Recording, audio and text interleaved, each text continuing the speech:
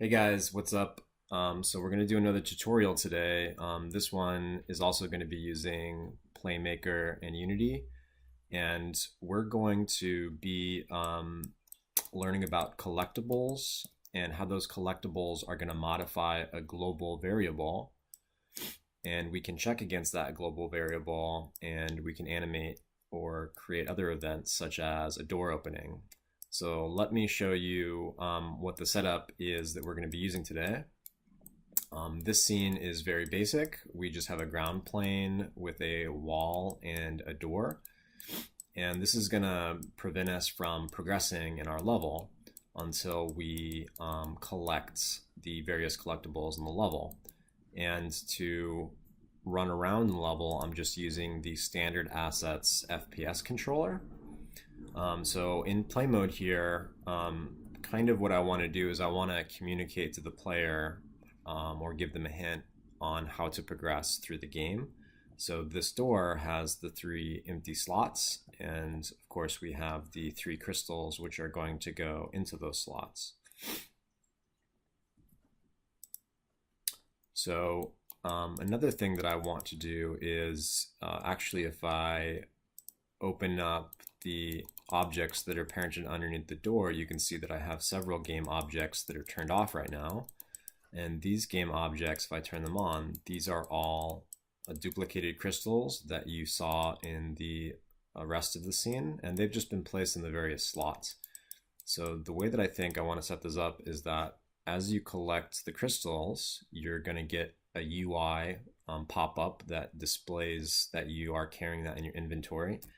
And then when you approach the door, those crystals are going to get placed in the various slots as a visual symbol of your progression. And of course, if we were doing this for a real game, we would want to distribute the collectible crystals in a more interesting way throughout the level so that maybe you would have to explore to find them or solve a little puzzle before you got these collectibles. So that's the basic setup.